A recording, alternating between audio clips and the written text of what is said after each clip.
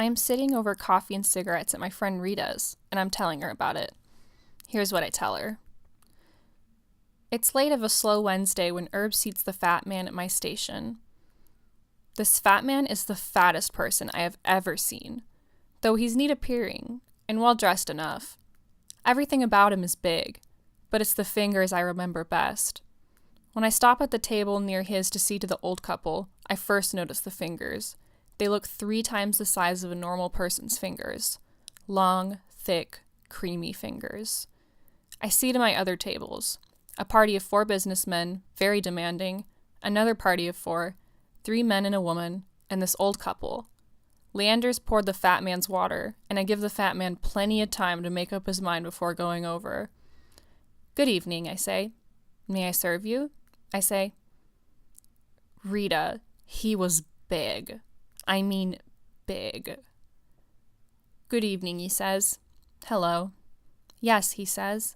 I think we're ready to order now, he says. He has this way of speaking. Strange, you know? And he makes a little puffing sound every so often. I think we will begin with a Caesar salad, he says. And then a bowl of soup with some extra bread and butter, if you please. The lamb chops, I believe, he says, and baked potato with sour cream. We'll see about dessert later. Thank you very much, he says, and hands me the menu. God, Rita, but those were fingers.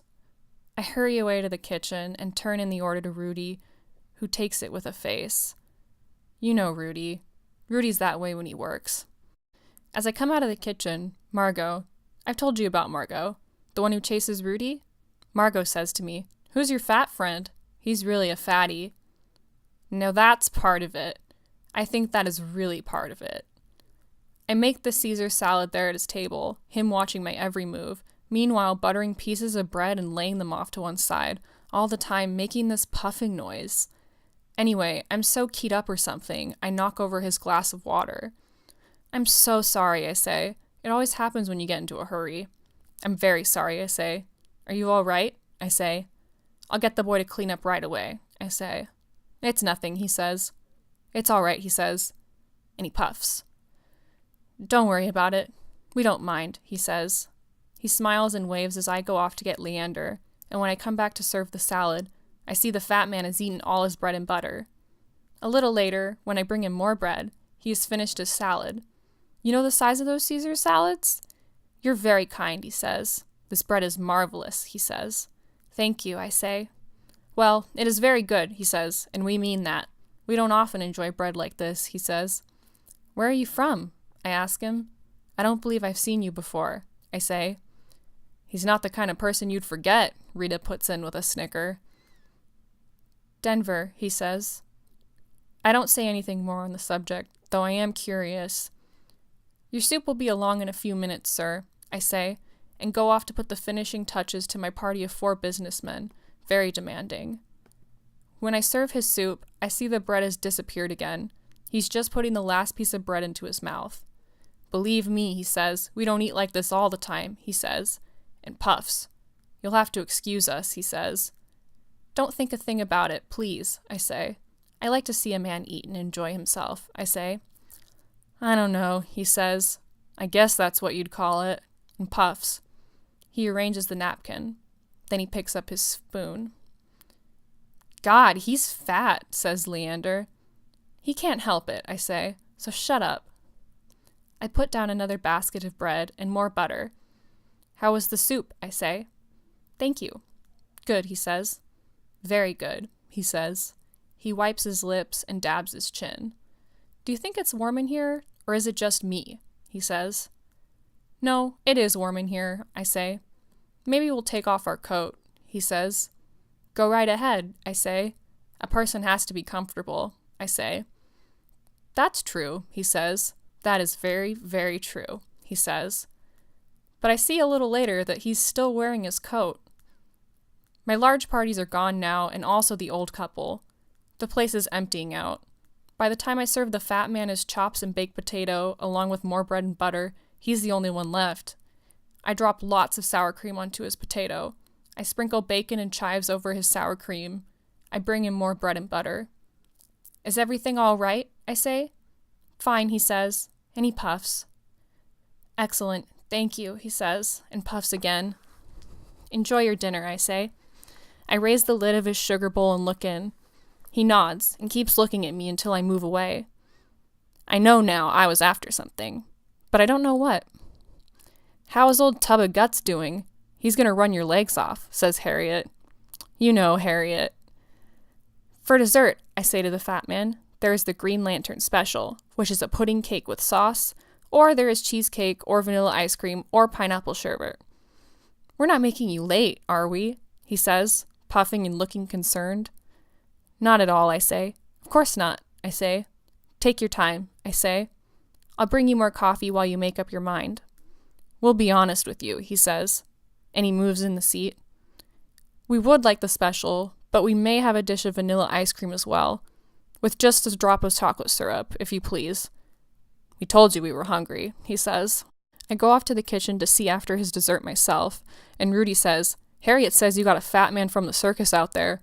That true? Rudy has his apron and hat off now, if you see what I mean. Rudy, he is fat, I say, but that's not the whole story. Rudy just laughs. Sounds to me like she's sweet on fat stuff, he says. Better watch out, Rudy, says Joanne, who just that minute comes into the kitchen. I'm getting jealous, Rudy says to Joanne. I put the special in front of the man and a big bowl of vanilla ice cream with chocolate syrup to the side. Thank you, he says. You're very welcome, I say. And a feeling comes over me. Believe it or not, he says, we have not always eaten like this. Me? I eat and I can't gain, I say. I'd like to gain, I say. No, he says. If we had our choice, no. But there is no choice. Then he picks up his spoon and eats. What else? Rita says, lighting one of my cigarettes and pulling her chair closer to the table. This story's getting interesting now, Rita says. That's it. Nothing else. He eats his desserts, and then he leaves, and then we go home, Rudy and me. Some fatty, Rudy says, stretching like he does when he's tired. Then he laughs and goes back to watching the TV. I put the water on to boil for tea and take a shower. I put my hand on my middle and wonder what would happen if I had children and one of them turned out to look like that, so fat. I pour the water in the pot, arrange the cups, the sugar bowl, carton of half and half, and take the tray in to Rudy. As if he's been thinking about it, Rudy says, I knew a fat guy once. A couple of fat guys. Really fat guys. When I was a kid.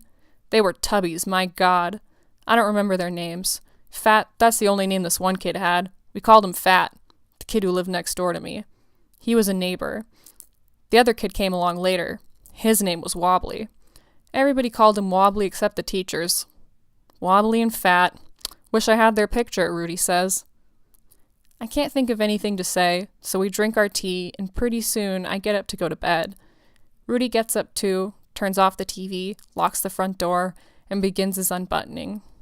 I get into bed and move clear over to the edge and lie there on my stomach. But right away, as soon as he turns off the light and gets into bed, Rudy begins. I turn on my back and try to relax some, though it is against my will. But here's the thing. When he gets on me, I suddenly feel I'm fat.